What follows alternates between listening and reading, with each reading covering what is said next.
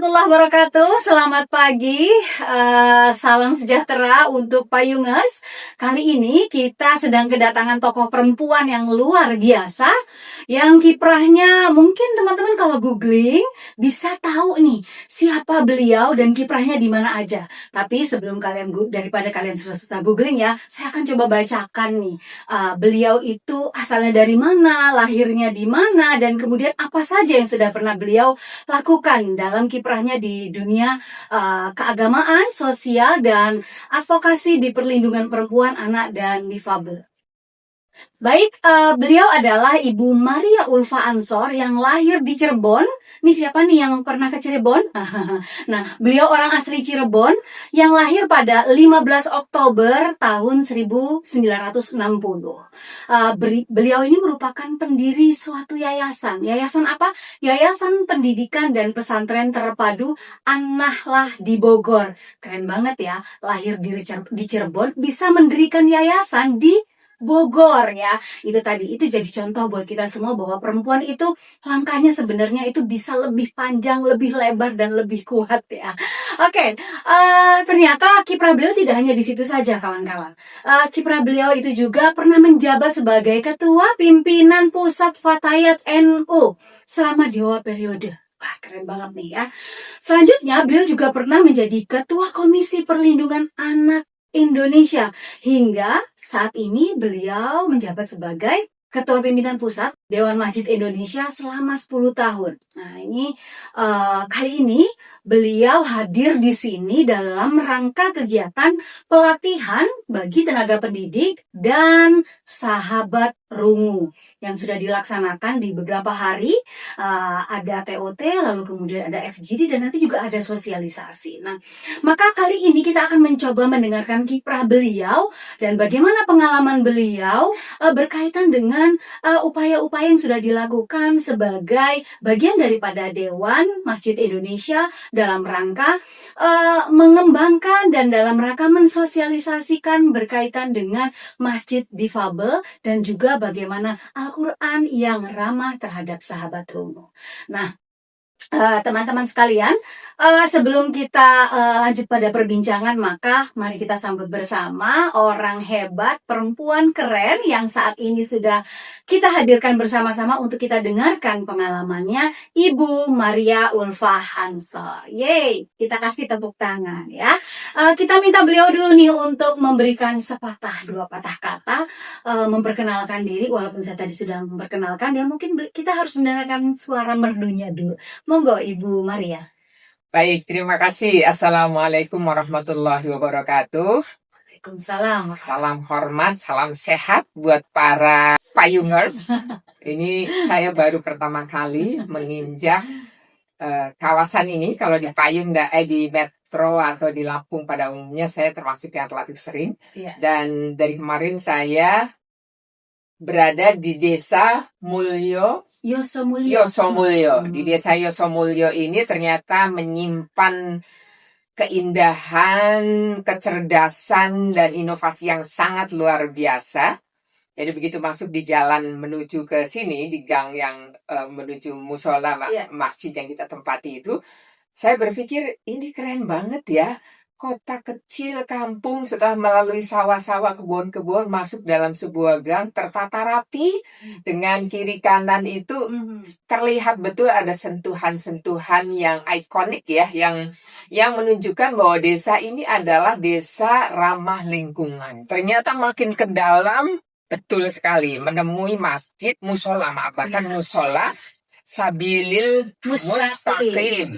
Itu ternyata masjidnya relatif dari segi ukuran relatif kecil, tetapi dari sisi inovasinya, dari sisi terobosannya sangat luar biasa, dan ini yang saya katakan kemarin bisa mendunia.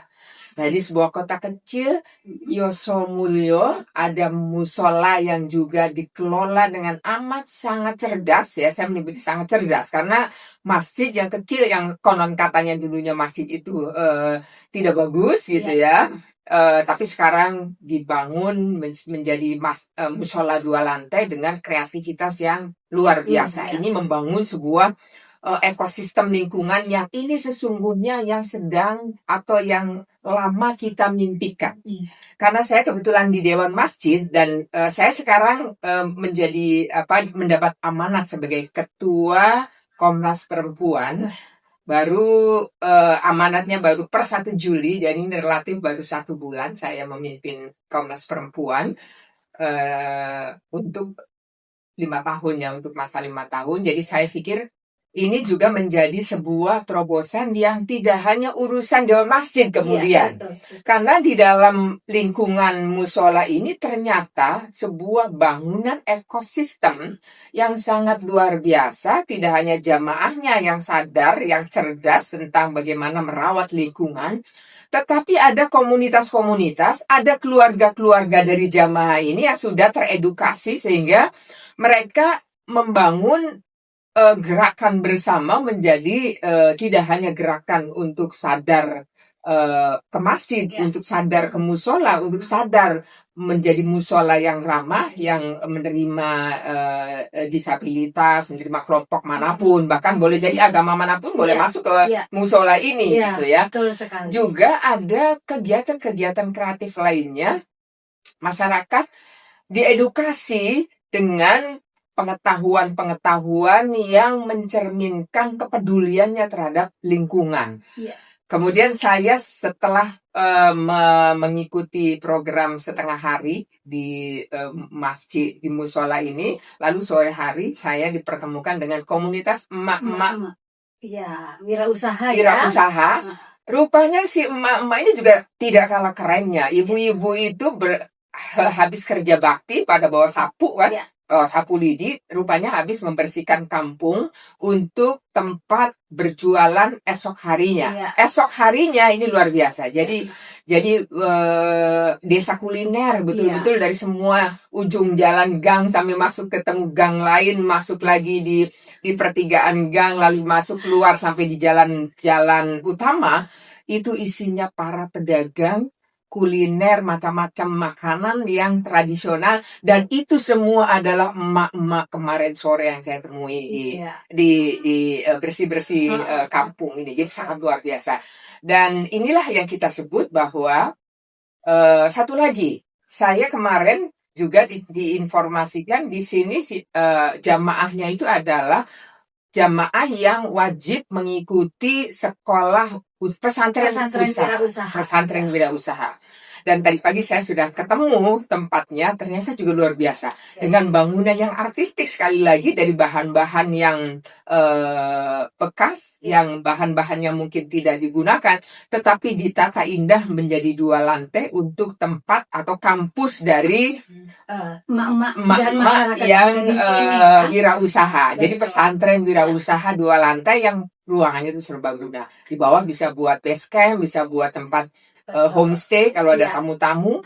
Di atas menjadi ruang kayak ruang bersama untuk melakukan aktivitas. Jadi keren banget. Saya pikir ini model yang bisa dicontek ya. Saya kemarin langsung begitu ketemu sama Mas Dharma. Kami menyebutnya di sini, teman-teman menyebutnya Prof Dharma. Saya bilang, izin Prof, saya mau menyontek ini konsep ini di kampung di mana tempat saya sedang mengembangkan yang tadi disebutkan di lingkungan An-Nahla. Karena An-Nahla itu juga sekarang yang yayasan yang sudah berdiri sejak tahun 90. Awalnya sebenarnya itu diritis dari mulai 94-95, kemudian resmi menjadi yayasan itu di tahun 2000. Antara 2008-2009 karena bersamaan dengan izin operasional TK. Jadi TK-nya duluan berdiri, tapi izinnya belakangan, gitu. Kira-kira seperti itu. Dan kemudian ini sudah cukup lama yayasan ini berlangsung, tetapi saya juga jujur saya memang kemudian nyaris tidak terlibat dalam apapun kecuali karena terlalu sepak terjangnya kemana ini. Kemudian tapi karena saya domisilinya di antara pengurus yang lain paling dekat dengan lokasi itu, saya setiap bulan punya Oke. majelis taklim ya, saya rutin, memang saya harus datang karena ini setiap minggu keempat saya harus hadir di sini.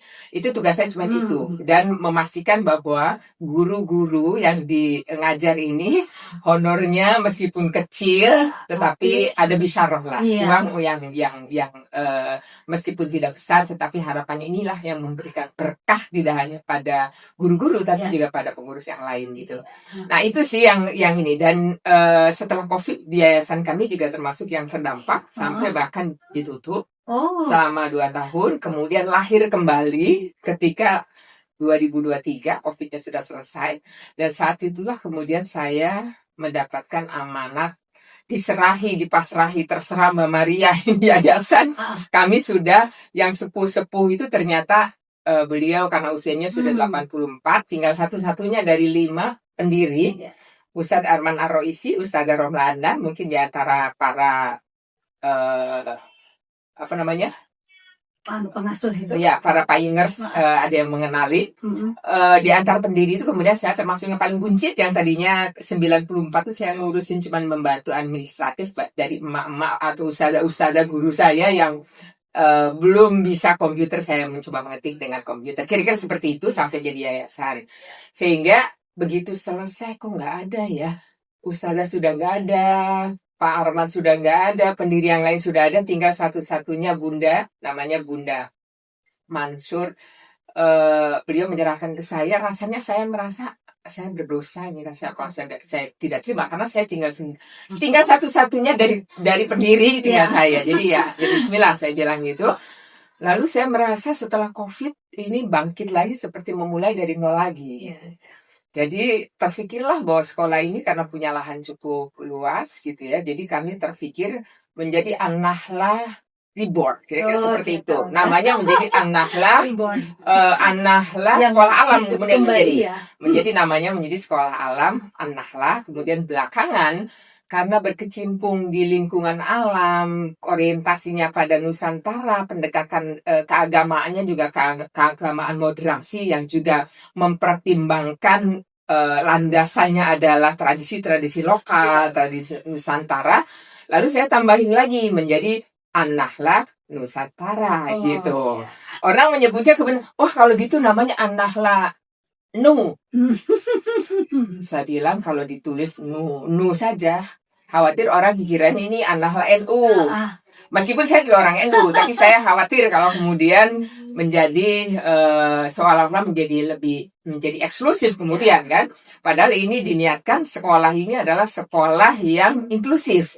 Jadi dari kelompok manapun kami bisa terima gitu. Kami bisa menerima supaya ini betul-betul mimpi menjadi sekolah yang inklusif. Kami mempertahankan menjadi An-Nahlahnya Nusantara. Kira-kira seperti itu.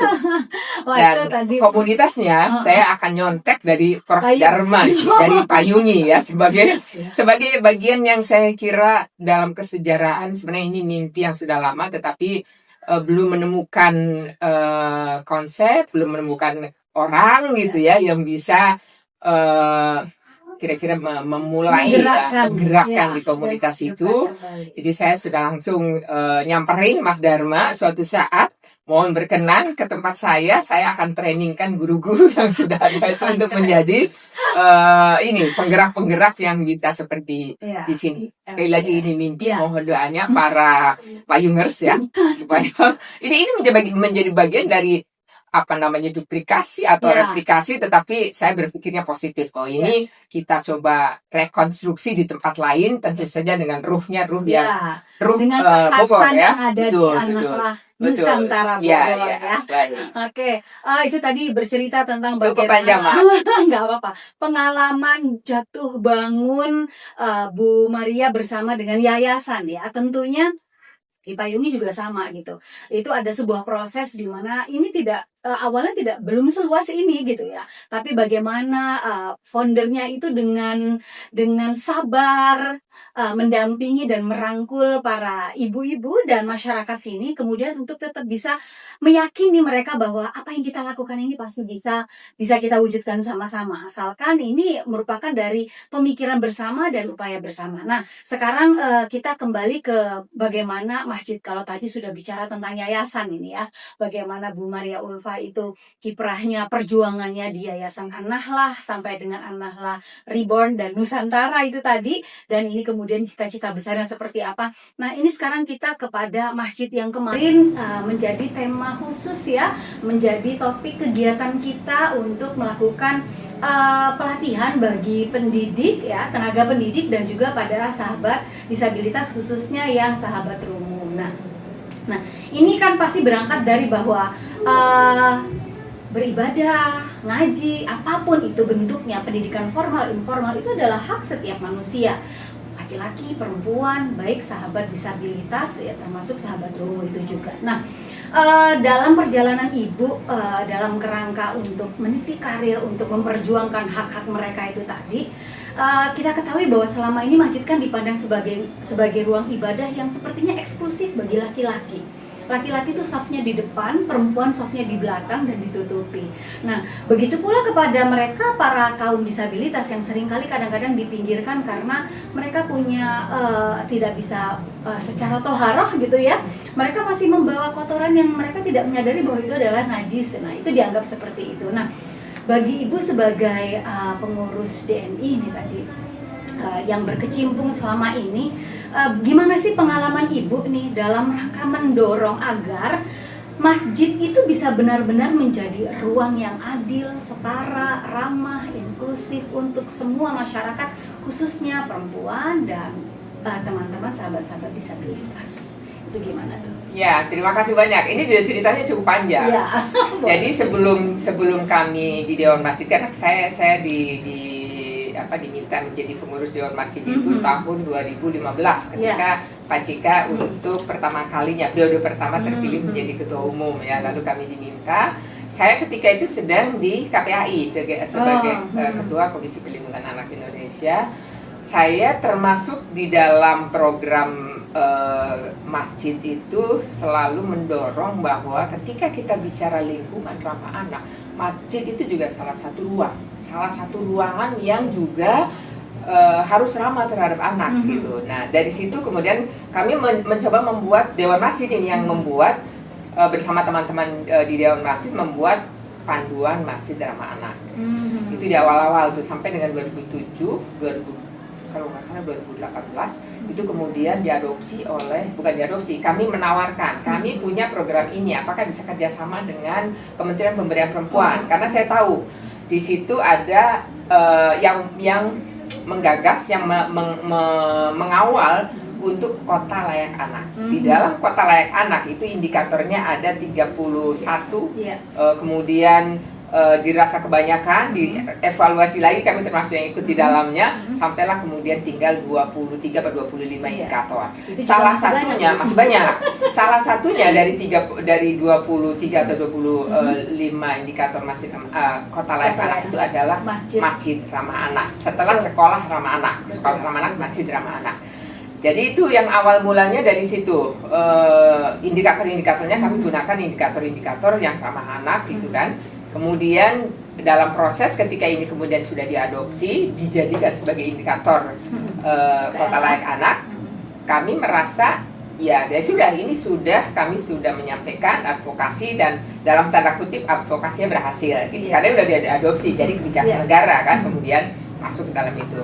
Lalu kami bergerak lagi dengan isu yang belakangan, isu lingkungan dan inklusif. Jadi Dewan Masjid sendiri juga sejak Muktamar 2019 sampai 2024 itu salah satu program unggulannya adalah tentang ekomasjid. Nah, ekomasjid ini kemudian berkembang di Muktamar yang terakhir, yang Muktamar di tahun 2024 itu sudah memasukkan program unggulannya, ditambah tidak hanya perempuan, anak, keluarga dan disabilitas, tetapi di dalamnya juga menjadikan masjid ini menjadi masjid yang ramah anak, ramah lansia, ramah disabilitas, jadi menjadi masjid inklusif. Itulah awal mulanya istilah menjadi masjid inklusif di dalam masjid. Dan saat ini yang kebetulan kami sedang keputusan Muktamar di 2024 ini sedang diimplementasikan, diantaranya melalui pelatihan untuk pengelola dan pendidik ya, untuk guru-guru untuk memahami bagaimana bahasa Al-Quran berbahasa isyarat. Ini jadi kami kedatangan di sini tuh untuk itu sebenarnya di Metro ini, karena Lampung ini termasuk salah satu daerah yang kami pilih selain 4 daerah lainnya. Jadi yang pertama itu Jawa Timur, yang kedua itu di Bontang, kemudian yang ketiga di Jawa Barat di Kuningan, yang keempat di sini di Metro, dan satu lagi di Jakarta, di Lampung. Dan Lampung itu Metro itu menjadi bagian dari model ya, percontohan yang akan kita kembangkan untuk di seluruh Indonesia, seluruh Lampung ya, seluruh provinsi kan, karena ada keterbatasan. Yang penting ada satu dulu jadi gitu kan, biar di daerah yang mengembangkan. Kira-kira seperti itu, sehingga menjadi masjid ini harapannya masjid yang inklusif gitu.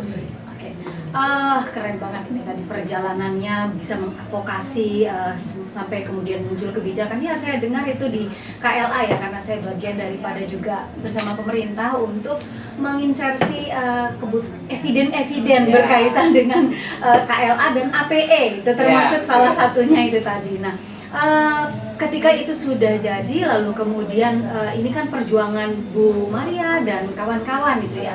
Nah, gimana nih kira-kira Bu Ulfa ini saya jadi Bu Maria. Ulfa biasa juga teman-teman lagi. Bu Maria Ulfa ini dalam rangka pesan utamanya nih, kira-kira ini bisa memberikan pesan apa sih kepada masyarakat gitu ya? Karena kerja ini kan bukan hanya kerja sebagian kelompok saja, tapi ini menjadi tanggung jawab bersama, tanggung jawab kolektif dengan masyarakat, bahwa ini bukan hanya tugasnya DMI saja, tugasnya Payungi saja, atau tugasnya mereka yang punya kerja-kerja sosial di bidang perlindungan anak dan perempuan, tapi menjadi tugas bersama di masyarakat. Nah, kira-kira apa nih pesan yang bisa Bu Maria Ulfa sampaikan kepada masyarakat nih, Payungers ini kan nanti pasti di channel YouTube pasti akan mendengar nih ya, pesan apa nih yang kira-kira bisa disampaikan sehingga mereka nanti bisa juga benar-benar ikut terlibat, dan ketika mereka melihat, mereka tahu harus kemana dan harus ngapain gitu. Gimana nih pesan apa gitu? Baik, terima kasih Mbak Elva, luar biasa ini moderatornya, keren sekali. Kalau dibilang pesan apa, tentu pesannya adalah pesan yang otoritatif ya. Karena yang pertama adalah ini pesan dari Al-Quran, bahwa kita sebagai manusia itu punya tanggung jawab ketika Allah menciptakan kita itu untuk apa. Sehingga kita tahu siapa kita. Ya, siapa kita itu, kita ciptaan Allah dengan amanat-amanat yang di situ ditegaskan di dalam Al-Quran. Amanat kita sebagai manusia, Allah menciptakan itu. Yang pertama adalah tujuan yang disampaikan ya. Allah menciptakan manusia itu adalah untuk menjadi hamba Allah, Abdullah, hamba Allah yang betul-betul melakukan semua perintah Allah, menjauhi semua larangan Allah. Ini nilai ini menjadi nilai-nilai yang kalau kita dalami, kita rasakan ya, betul-betul ini hanya hubungan dengan Allah, hablum minallah. Tetapi kita sebagai manusia, Allah juga memesankan bahwa tujuan kita lahir ke dunia sebagai manusia itu Allah memberikan amanat sebagai khalifah fil ard, sebagai representasi Allah di muka bumi lah, kira-kira seperti itu. Nah, ini makin berat lagi gitu ya, bukan makin berat, artinya tugasnya menjadi kompleks gitu, menjadi selain kita juga hubungannya hablum minallah, realitas hidup kita memang hablum minannas. Kita tidak akan mungkin lepas dari kehidupan dengan sesama manusia. Oleh karena itu, mandat kita adalah untuk menjadi khalifah di muka bumi. Dimanapun kita berada, apapun profesi kita, ya kita menjadi khalifah itu tentu sesuai dengan kapasitas atau kemampuan kita masing-masing dengan posisi dimanapun ya, kita adalah menjadi hamba Allah apapun jabatannya. Saya kira kalau kita mengembalikan bahwa ini adalah pesan yang sangat mulia dari Allah, kita menjadi hamba Allah. Jadi ketika kita kebetulan misalnya mendapat amanat sebagai Pak RT, ya saya RT sebagai RT, tapi sekaligus saya ini menjalankan amanat Allah, gitu kan. Kebetulan misalnya kita terpilih jadi wali kota, karena ini metro kota wali kota. Betul. Ya kita dalam menerima amanat, memang amanatnya dari manusia, dari DPR, dari dipilih oleh rakyat. Tetapi amanat yang kita jalankan ini sesungguhnya adalah amanat sebagai khalifah yang diamanatkan oleh Allah. Sehingga dalam kita menjalankan amanat, kalau kita sidang 5 tahunan di misalnya sebagai gubernur, sebagai wali kota, ya pertanggungjawabannya kepada DPR kan menyampaikan ini. Kalau misalnya menjadi tokoh masyarakat, ya pertanggungjawaban kepada masyarakat. Selesai di dunia.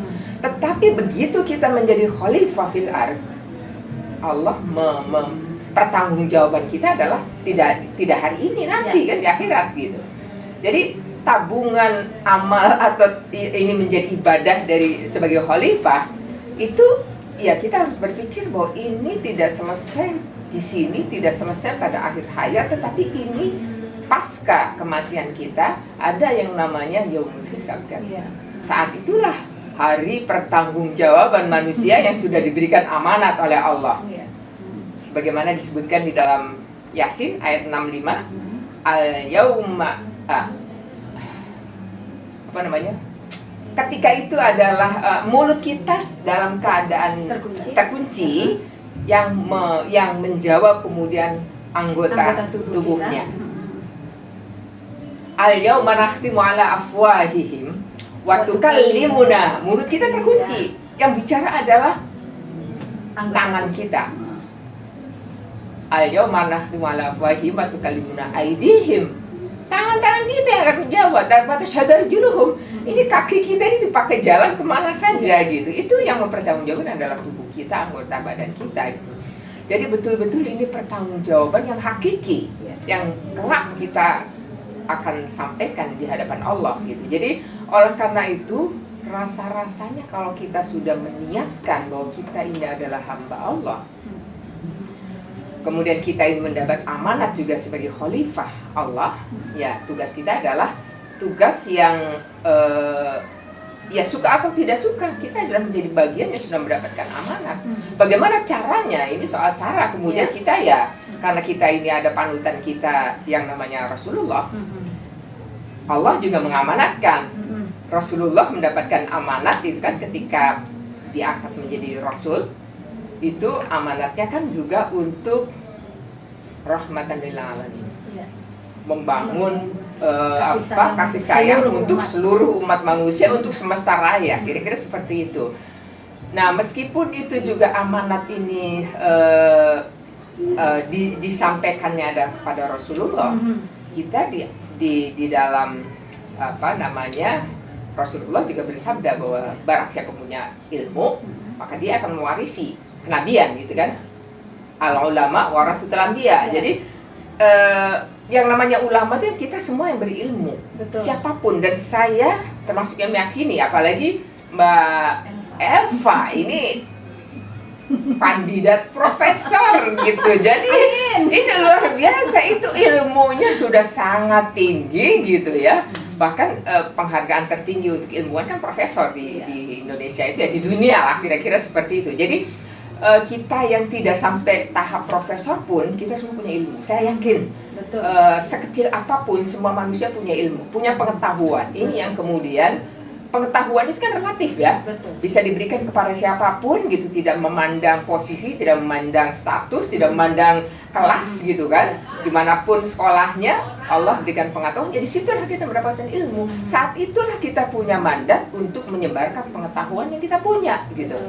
Nah, ini yang saya kira juga kembali lagi bahwa ya kita kemudian mendapatkan warisan ilmu. Alhamdulillah, ini anugerah Allah yang sangat luar biasa kan. Kita bisa hidup dengan ilmu, dan dengan ilmu inilah kemudian kita bisa melakukan aktivitas yang kita lakukan di dalam keseharian kita, itu yang dasarnya itu saya kira. Kalau dasar yang lain misalnya tentang masjid inklusif, masjid ramah anak, ya tentu negara, karena negara kita dalam berbangsa, bernegara kan punya konstitusi ya. Undang-Undang Dasar 1945 itu menjamin semua warga negara punya hak untuk beragama sesuai dengan keyakinan agamanya masing-masing. Agama dan kepercayaan masing-masing.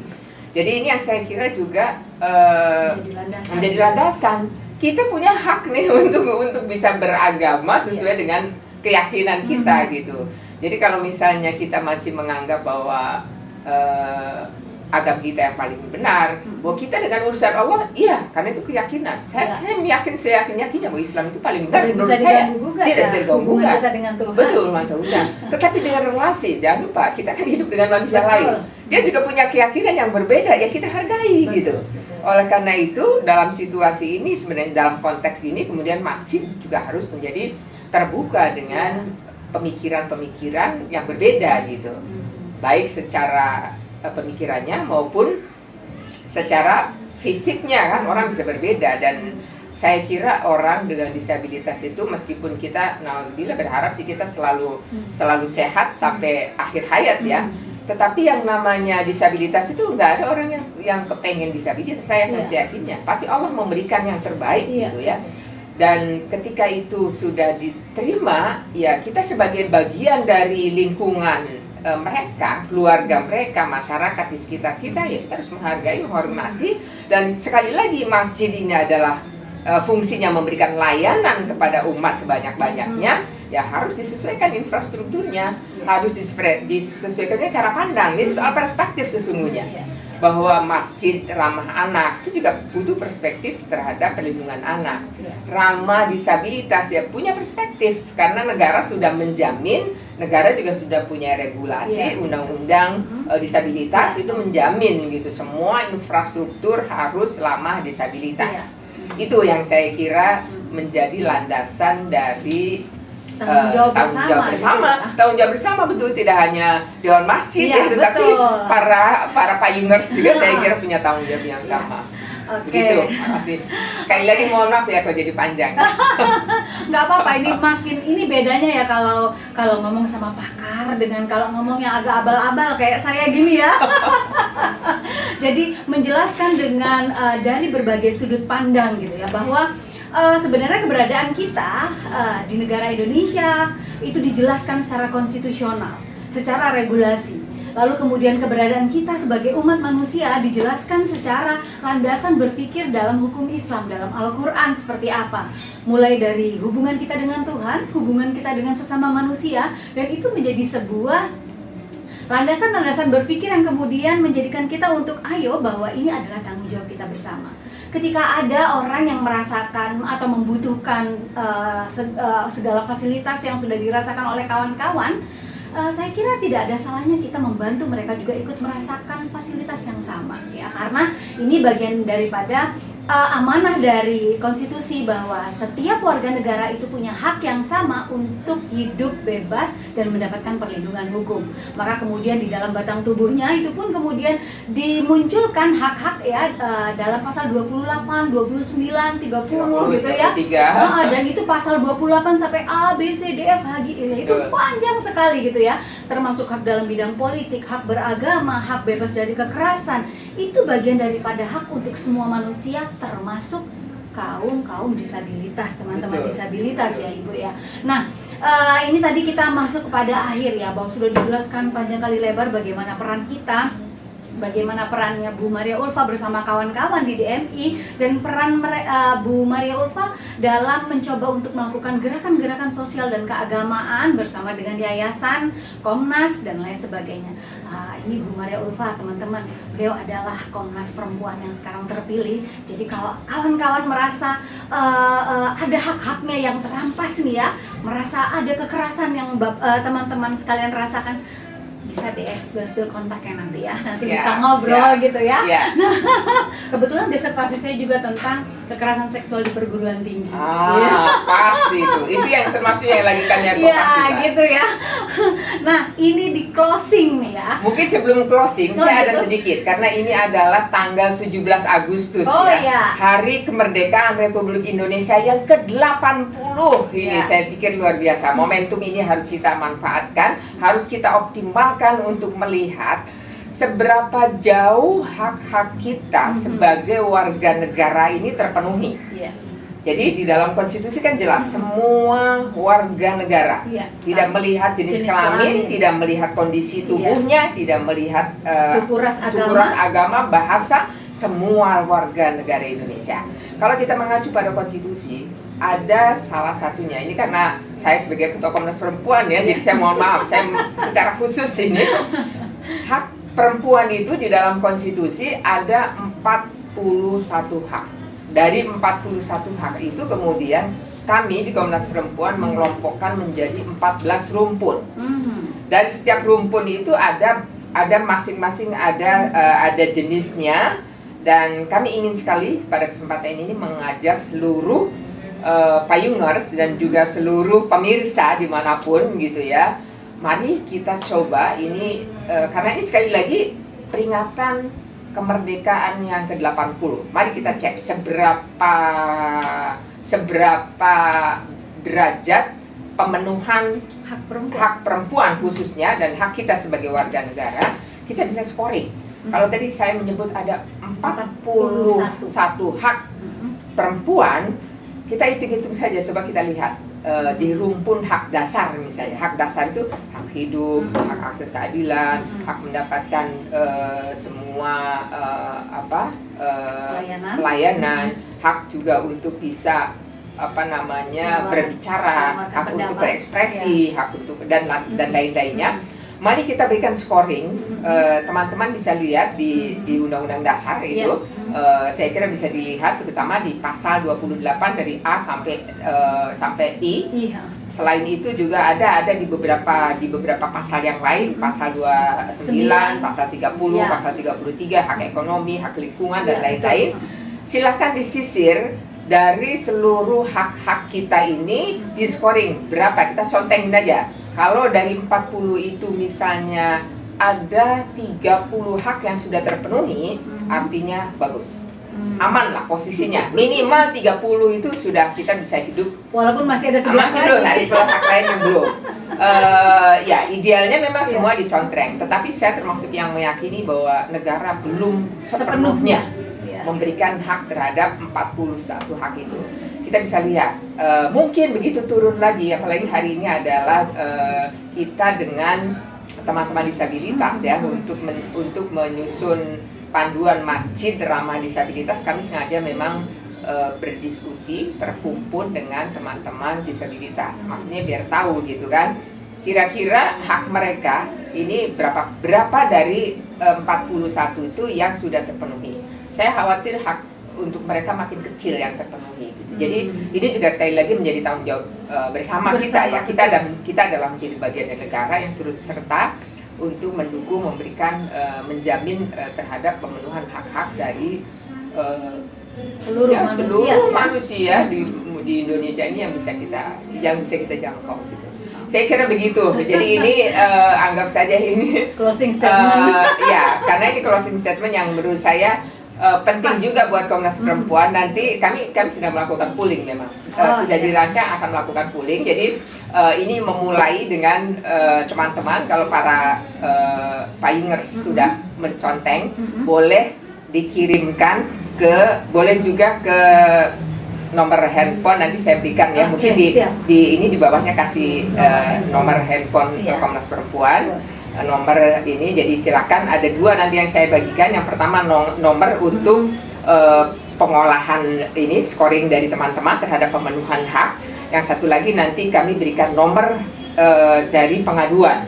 Jadi kalau misalnya ada para payungers yang merasa bahwa hak-haknya belum terpenuhi, hak apa di sini, silakan ditulis supaya kami bisa punya catatan dan rekomendasi apa saja yang perlu diperkuat. termasuk juga kalau ada yang mengalami misalnya tidak sekedar tidak terpenuhi tetapi kekerasan terhadap perempuan baik fisik, psikis, seksual, silakan dicatatkan di situ. Begitu. Terima kasih banyak. Terima kasih banget ini Bu. Saya jadi nulis tentang kekerasan itu jadi makin semangat ini ya. Karena kebetulan kalau saya bicara tentang aspek regulasi hukum pidana, kalau hukum pidana kan memang sangat normatif sekali gitu ya. Tapi kita di sini para manusia-manusia yang ada di dalamnya, saya tidak berbicara hanya pemerintah, hanya aparat penegak hukum atau siapapun mereka yang aktivis perempuan dan anak, tapi kita semua masyarakat itu punya tanggung jawab yang sama sebenarnya. Ya, karena kita selalu beranggapan bahwa kan sudah ada yang ngurusin, padahal kan ini jadi tanggung jawab kita bersama seperti yang Ibu tadi sampaikan gitu ya. Jadi ini terima kasih sekali Ibu Maria Ulfa Ansor yang sudah banyak berbagi cerita, berbagi pengalaman, mulai cerita pribadi gitu ya, mulai pengalaman bagaimana gerakan beliau dalam membangun gitu ya, bagaimana membangun dan membangun kembali yayasan beliau gitu ya, sehingga menjadi reborn dan Nusantara. Bagaimana ceritanya dan kemudian bagaimana sepak terjang beliau juga di DMI dan kemudian di Komnas Perempuan gitu ya. Saya jadi ikut seneng nih karena dapat bocoran-bocoran juga kalau kaitannya dengan masalah kekerasan perempuan ini ya. Karena ini bukan hanya isu tapi ini adalah sebuah fakta yang tidak bisa kita berhenti ketika regulasi itu sudah ada gitu ya. Kenapa? Karena semakin berkembangnya manusia akan semakin berkembang juga pola-pola yang dilakukan, termasuk pola kejahatan, pola perbuatan yang dilakukan. Baik, teman-teman payungers sekalian, kita ucapkan terima kasih sekali lagi ya untuk Ibu Maria Ulfa Ansor, dan apa yang sudah kita dapatkan ini tadi menjadi pengingat buat kita semua bahwa tanggung jawab untuk menjaga keamanan, untuk menjaga kelestarian lingkungan, untuk menjaga inklusivitas daripada sebuah lingkungan termasuk masjid, itu bukan hanya tanggung jawab untuk satu orang atau satu kelompok saja, tapi menjadi tanggung jawab kita bersama. Kita semua di sini ada sebuah kelompok, ada sebuah komunitas. Ini hanya merupakan sebuah wadah untuk membantu merekatkan sehingga jejaring yang kita lakukan itu bukan hanya dilakukan oleh satu pihak saja, tapi bisa bergerak bersama-sama. Baik, kami ucapkan terima kasih kepada Ibu Maria Ulfa Ansor. Saya Elva Murdiana di sini mengucapkan terima kasih juga kepada payungers yang sudah mendengarkan kita bersama cerita gini ya, panjang kali lebar kali tinggi sama dengan luas gitu ya. Tapi ini luasnya ilmu ini sebenarnya tidak seberapa dengan luasnya ilmu Allah yang sudah diberikan. Yang disampaikan oleh Bu Maria Ulfa ini sebenarnya adalah setitik yang bisa teman-teman gali nanti ya. Nah, teman-teman nanti akan dapatkan hotline pengaduan dan layanan nomor telepon yang bisa teman-teman hubungi, sehingga ketika teman-teman mengalami, melihat kekerasan yang terjadi, teman-teman bisa melakukan pengaduan. Begitu ya Bu ya? Iya, betul. Oke, ya. Sekali lagi terima kasih dan saya akhiri. Assalamualaikum. Selamat Hari Kemerdekaan Republik Indonesia yang ke-80. Mudah-mudahan Indonesia makin maju, Amin. makin beradab. Ya. Makasih. Terima kasih.